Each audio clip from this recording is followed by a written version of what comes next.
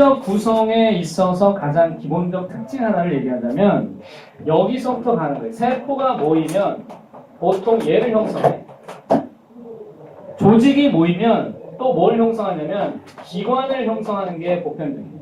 물론 식물의 경우는 이 중간에 조직계라는 게 있지만 공통적 요소는 세포, 조직, 기관, 그리고 개체예요. 이게 기본 단계인데 유기적 구성의 가장 중요한 특징 하나는 교과서에서 언급되지 않는 용어 중에 하나가 창발성이라는 거예요.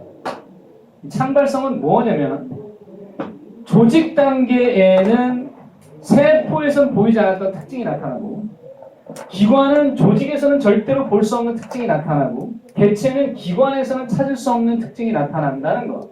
점점 모이고 모여서 하나의 단위를 또다시 형성하게 되면 그 이전 단계에서는 볼 수 없었던 것이 생기는 것을 창발성이라고 해요. 여러분이 성장을 하는 동안에도 아마 그런 일이 벌어질 거예요. 고등학생이 돼서 고3이 되고 나서 중학교 때는 절대로 생각할 수 없었던 요소들을 갖게 되고 대학에 들어가면 고등학교 때는 생각도 못했던 것들이 빵 터지는 것과 같은 그것도 창발성이라면 이 창발성이 생명체가 가진 가장 중요한 특징임을 일반 생물학에서는 언급을 합니다. 이런 얘기들을 볼 때 용어 정리를 할 때는 이 세포가 모여서 조직이 되는 이 과정을 우리가 흔히 얘기해서 증식이라고 보는 거예요. 그리고 조직이 기관되는 과정을 우리가 분화라고 얘기한다면 분화는 무슨 뜻이냐면은 서로 다른 세포가 되는 것입니다. 기능이 달라지는데 그런데 중요한 것은 여기서부터 여기까지 가는 전체 과정을 이루어 우리는 발생이라고 얘기하는데 이 발생은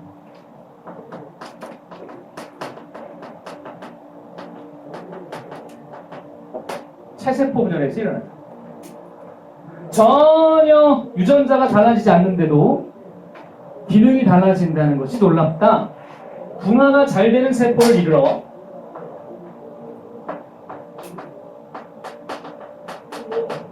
줄기세포라고 불러요. 줄기세포가 우리 사람에게 있죠. 이 줄기세포에 관한 연구를 요즘에 많이 하죠. 줄기세포는 분화가 잘 되는 세포입니다. 그 분화가 잘 되는 세포가 있어야만이 무엇이 계속될 수 있느냐?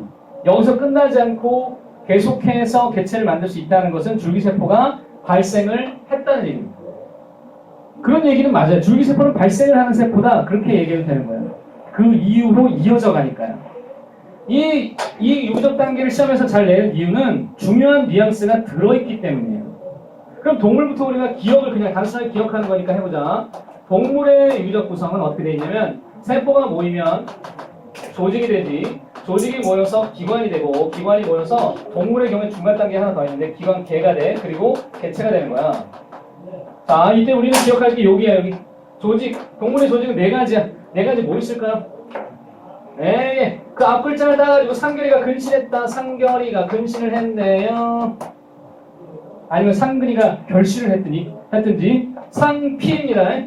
결, 합이죠. 근, 육 조직이요. 신경 조직이에요. 이때 상피라고 하는 건 바깥쪽. 피부가 상피 조직이에요. 피부 말고 또 뭐가 있냐면은 피부 말고 점막. 보통 점막하면 어디 얘기? 위나 소장이나 뭐 이런 거. 소화기관 내부에 그 점막에 뭐 이렇게 용종이 있다거나 그랬을 때 그게 피부, 그러니까 피부는 아니고 상피암이야. 암 그럼 되게 무섭죠? 여러분 피부에 여드름 나는 것도 암이에요. 용종이거든요. 어머나. 근데 그거 가지고 막 엄마 나 이제 죽는 거예요 라고 안 하죠. 왜냐면 그냥 쉽게 치료가 돼요. 위 점막 속에 용종이 나 있을 때 그거를 의사가 보고 환자한테 이제 큰일 나셨습니다. 안 해. 그냥 위 내시고 보다가 용종 제거했어요. 뭐 이런 거야. 레이저로 지졌어요. 그럼 끝이야. 피부 레이저로 제거하면 끝이야. 피부과 가가지고 뭐 두드러기 아니고 여드름 같은 거 났다 그러면 보통 해줄 수 있는 일이 레이저로 지져버리는 거죠. 아예 없애버리는 거. 그런 거야. 점막이 상피라는 거야. 그러고 결합 조직을 자주 물어봐. 그림으로다가 여기 뭐가 있어? 그리고 혈액.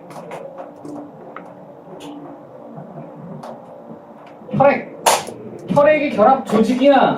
피는 메꿔주는 역할, 결합이라는 건 메꾸고 채우는 역할을 하는 애들인데 그 애들이 혈액이 들어있다는 사실이야. 근육 조직에 뭐가 있냐면 근육 조직은 골격근, 내장근, 심장근.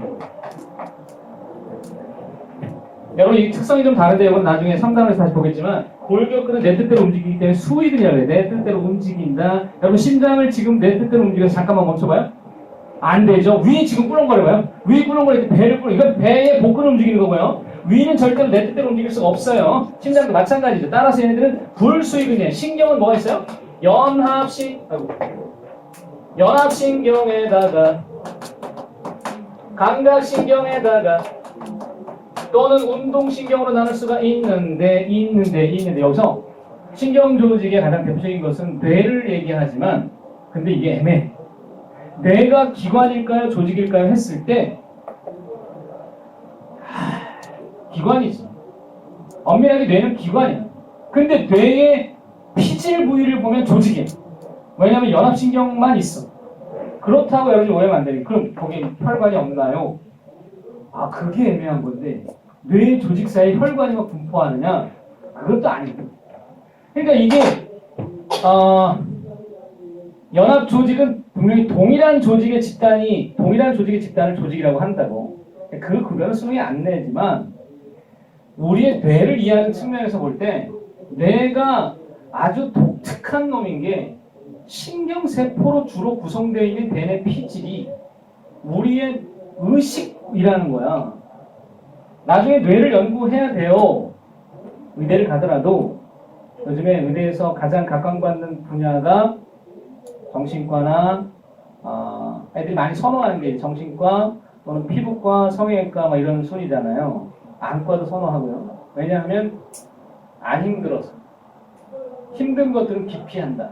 힘든 게 뭐냐면 흉부외과, 내과, 소아과 이런 거는 싫어하는 거예요. 의대에서도 인기가 없어서 성적이 제일 낮은 애들이 마지못해 가는 게 100명 중에 한두 명 가는 게 흉부외과. 그래서 그쪽은 TO가 막 그냥 자리가 텅텅 비어있는 거야. 늘 비어있고 항상 넘치는 거는 이제 정신과와 이쪽은 그 경쟁이 치열하고 공부 잘하는 애들이 의대에서 공부 잘하는 애들이 그런 쪽으로 간다는 거지. 근데 뇌를 연구하는 쪽은 의대에서 따로 없어 보이는데 그거는 사실은 약간 문제가 있어요. 이걸 연구해야 합니다. 할 일이 많아. 뇌를 연구하세요. 아니 해도 돼. 해야 돼. 앞으로는 해야 돼. 뇌를 잘 몰라. 우주보다 더 복잡한 게 뇌야. 우주 연구하지 말고 뇌 연구하세요. 왜냐면 그게 더 어렵지. 좀 쉬운 거 하려고 하면 우주를 연구하든가. 우주 연구하는 거 되게 그렇지 않냐? 별빛을 보더니 그 별에 대해서 막 읊어대는 게 천문학자들이잖아. 쟤는 어떻고 저떻고 저게 생명체가 있을 수도 있고 없을 수도 있고 뭐 이런 거잖아. 별의 안색을 보더니 막 다 얘기하는 거잖아요. 별 관상학자들이죠. 이 별 참 바로 들어가지 않고 여기 하나 더. 기관은 요거 하나 더. 기관은 뭐가 있냐면 방금 얘기했던 자리에 요 심장 같은 것이 기관이고 간이 기관이고 그 다음에 이자가 기관이고 또 우리가 이제 단위치로 볼 수 있는 콩팥 같은 애들도 기관인데 기관은 여러 조직이 있어야 되는 거예요. 여러 조직이 모여서 기관을 형성한다 이러고 기관계는 흔히 우리가 이렇게 구별하잖아요. 소화계, 잘 봐. 소화계, 호흡계, 순환계, 배설계까지 얘기하는 게 3-1단원인데요. 근데 이것만이 통합작용을 한다 그러면 아쉽죠. 어떻게 4개의 기관계만 통합작용을 하겠니? 그렇지 않고 여기에는 기관계는 예를 들면 내분비계나 신경계, 기타 생식계도 또 있어요. 이게 내분비계가 호르몬과 관련된 거고 신경계가 뇌와 관련된 거예요. 그 4씨는 합쳐서 조절 기능을 하는 것입니다. 얘네들이 누구를 조절하느냐? 바로 이 애들을 통제하는 것이죠. 전부 다.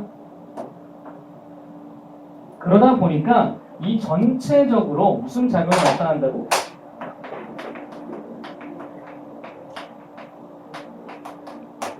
시험에 자꾸 왜 통합 얘기하는 거 알아? 통합작용 왜 시험에 여러분 이제 경험하면 알겠지만 모의고사에서 이름의 통합작용 이야기는 단 한 번도 빠진 적이 없어요. 모든 모의고사에서 통합, 기관계 통합작용 얘기하는데 이거 왜 얘기하냐면 얘가 바로 이것입니다. 통합작용을 나타내면 그 이전 단계에서 볼 수 없었던 일들이 나타나. 그래서 걔를 내는 거야. 무조건 나와요. 근데 어려운 주제가 아니라 통합적이 있다라는 것만 해요. 얘 뭐게? 그러니까 예를 들어 패를 그려놓고 얘는 무슨 기관계계 이런 식의 문제. 여기서 뭐하게 뭐 이런 거 있잖아. 소화계 중에서 위나 이런 거 딱 가리키면서 이거 뭐 하는 거게라든가 콩팥 그려놓고 얘 뭐 하는 거게 이런 정도. 그리고 또 물어본 게 수능에서 물어본 주제가 있거든. 간 있잖아. 간. 그놈의 간은 어디야? 간은 소화계야, 호흡계야, 순환계야, 배설계야? 간가라. 헷갈리지? 간은 소화계에 속한다는 사실을 물어본 적은 있어요. 왜요? 간이 뭘 만들지? 만드는 것 중에? 간의 500가지 기능 중에 여러분 5가지 정도만 기억하면 되는데 쓸개즙을 생성합니다. 쓸개즙이 뭐 하는 거냐면 지방 소화에 도움을 주는 애들이죠. 따라서 소화계에 속합니다. 간은 소화계입니다. 그런 것도 기억하면 좋아요. 나중에 다시 나올 건데 그건 미리 땡겨서 얘기하는 거예요. 두 번째, 식물. 자, 식물은 조금 기억할 게 많아. 첫 번째, 세포가 모여서 조직이 되고 조직이 모여서 조직이 대가 되는 점인데 그리고 기관이 됐다가 다시 대체가 됩니다. 자, 이때 조직부터 하나씩 우리가 살핍니다. 조직이라고 하는 것은 크게 나누면 다시 두 가지로 나눠서 분열 조직과 영구 조직으로 나누는데 여러분 이것이 그냥 단순한 게라고 생각하지 마시고 어떻게 접근하는 게 바람직하냐면 식물을 나중에 내가 연구할지도 모른다. 식물에 관심이 많다고 한번 가정해 보십시오. 진짜로 식물을 연구하려면 이 단계를 이해하고 가야 돼요. 그래야 하는 것이죠. 식물을 연구하는 그 가치가 있어요. 최근에 내가 본 그 식물 중에 이게 이제 우리가 모르는 사이에 그냥 지나쳐버리는 것들 야산에 가서도 우리가 쉽게 얻을 수 있는 많은 몸에 좋은 풀들이 가치가 높은 게 많아요. 그러니까 여러분이 우리가 먹어야 될 그 채소류들은 우리 몸에 아주 필수적인 것들을 공급하는데 채소를 먹지 않으면 우리가 죽을 수 있어요. 채소를 전혀 섭취하지 않고 살 수가 없거든요. 근데 몸에 유익한 것들을 많이 먹을 때 얘네들을 먹는 것이고 그것을 잘 이해하는 것이 실질적 학문이 될 수 있다는 거죠. 야산에 피어있는 걸 만약에 어떤 꼬마아이가 영재인데 산에 있는 모든 식물들을 다 알아. 뭐 심지어 막 그 더덕을 캐는 방법도 알고 산삼을 구별할 수도 있고 또 뭐도 알고 뭐도 알고 그 아이는 혼자 관심을 가져서 하는데 그런 것들을 여러분이 그냥 예를 들면 취미 차원에서 해도 괜찮을 게 야산에 가가지고 그냥 산보하다가 갑자기 풀을 뚝 뜯어가지고 툭툭 털어가지고 먹는 거지. 취나물이라 이러면서. 근데 만약에 잘 모르면 아무거나 막 뜯어서 먹었는데 굉장히 쓴 거예요. 아니면 버섯이 이거 맛있겠다 그래 먹었는데 계속 씩 웃으면서 이제 신경계가 마비되거나 그러면 안 되잖아요.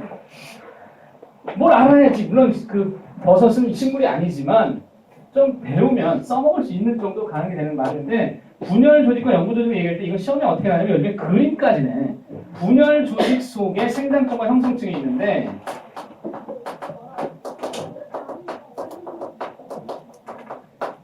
생장점이 뭐 하는 거냐면 길이 생장을 해. 그리고 형성층은 뭐 하는 거냐면 부피 생장을 해.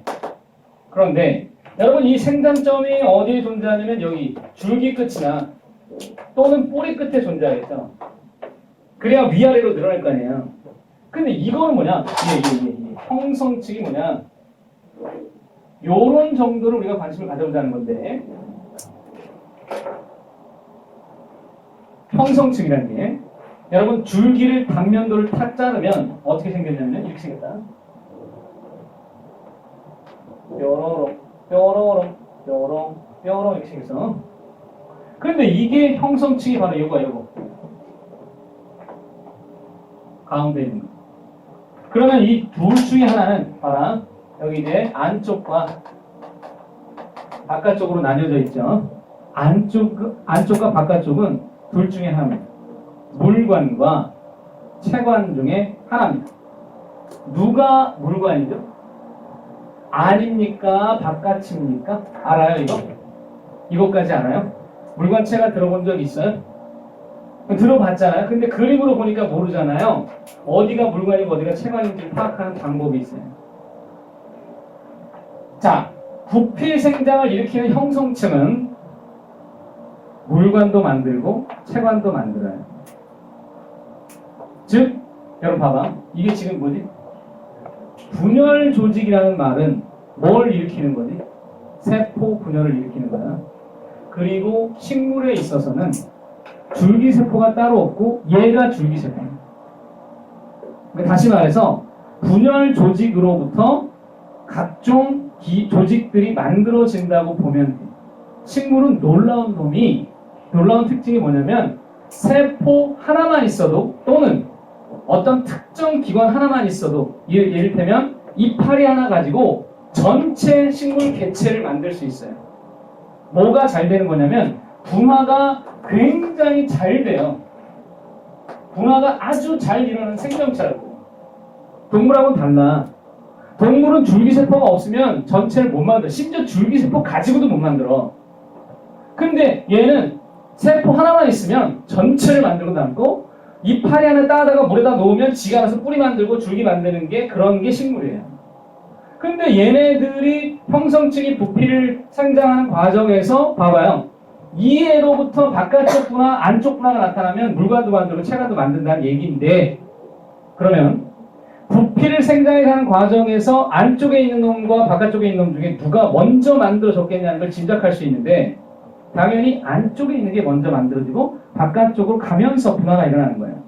그러면 초창기 때 식물이 자랄 때는 흙 속에서 만들어진다고 가정하면 씨앗이 자라서 이렇게 올라올 당시에 광합성을 해 못하지. 광합성을 못하는 단계에서는 체관이 필요가 없습니다. 왜냐하면 체관이라고 하는 것은 광합성 산물들이 이동하는 관입니다.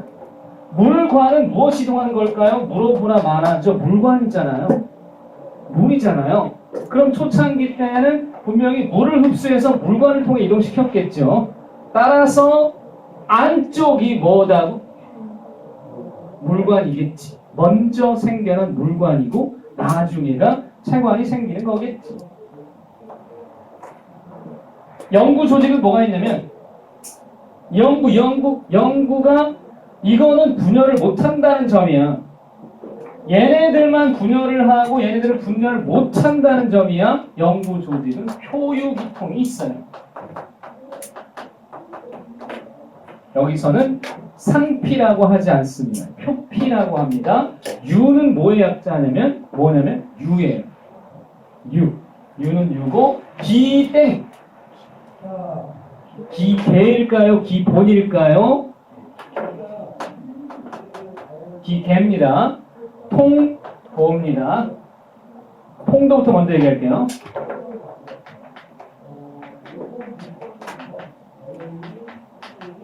물관 체관이에요. 이 물관 체관이 있고 기계 조직에 뭐가 있냐면 후벽 조직이 있어요. 후벽이라는 건 지탱하다는 거예요. 이거 코 아니야. 킁킁 냄새 맡는 코 아니라 이거는 지탱하다는 거고 유가 뭐 하는 거냐면 이거 광합성을 하는 거예요. 광합성을 하는데 대표적으로 누가 있냐면 울타리 조직과 해면 조직이 있어. 그 다음에 표피 조직은 말 그대로 표피가 있어요. 공명세포 같은 애들. 자, 이렇게 우리가 연구 조직을 나눌 때에 그렇다면 이제 울타리 조직을 한번 그려볼까요? 울타리 조직과 해면 조직을 그림을 그려보면 잎의 단면도를 그릴 필요가 있는데 잎이라고 하는 것은 과연 어디에 속하는가도 생각하면서 가는데 조직계를 거쳐 기관에 이르렀을 때야 잎이 나타나요. 잎은 분명히 기관인데 잎의 단면도를 살피면은 이런 게 나타나요. 이렇게.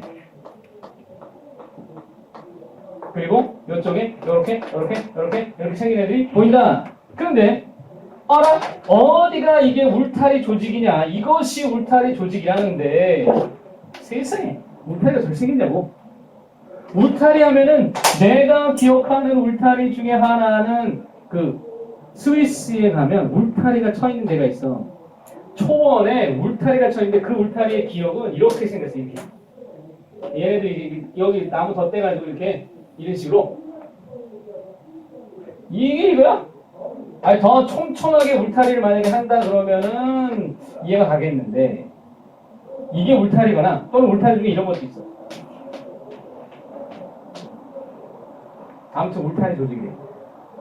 옛날에 이걸 뭐라고 그랬냐면 울타리 조직 대신에 썼던 말이 책상. 책상이요? 그 책상 말고 북 스타일. 책을 차곡차곡 세워놓은 듯한 느낌이다. 그래서 이것을 책상 조직이라고 했었어요. 어쨌든 얘가 뭘 많이 해?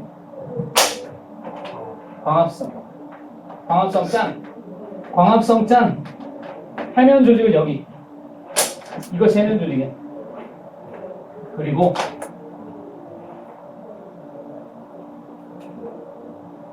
여기에 이 울타리 조직이 있고 해면 조직도 있는 잎에는 인맥이라고 하는 게 있습니다. 이 가운데에 보면 인맥이라고 하는 구조가 있는데 인맥에도 물관체관이 또 있어요. 물관체관이 또 있는 인맥은 한마디로 말해서 통도 조직을 포함하고 있고 그리고 잎에서도 분열을 할 수 있는 조직이 들어있어요. 따라서 잎은 명확한 기관입니다. 이제 다시 우리가 일로 돌아와서 분열 조직, 영구 조직이 있고 표유기통이다. 표유기통, 유통 표기로 하든지 표유기통을 하든지 여러분이 마음대로 기억하시고 용어를 알아야 돼. 이거는 모르면 마음껏 때리야 그냥. 자, 조직계는 세 가지가 있어. 표피 조직과 그 다음에 관다발 조직과 그리고 기본 조직이 있어. 표피 조직, 관다발 조직, 기본 조직이 있어. 그런데 이때 표피 조직은 무엇으로 구성되냐면 표피 조직계는 표피 조직으로만 구성되어 있고 관다발 조직계가 이거야. 물관체관 형성층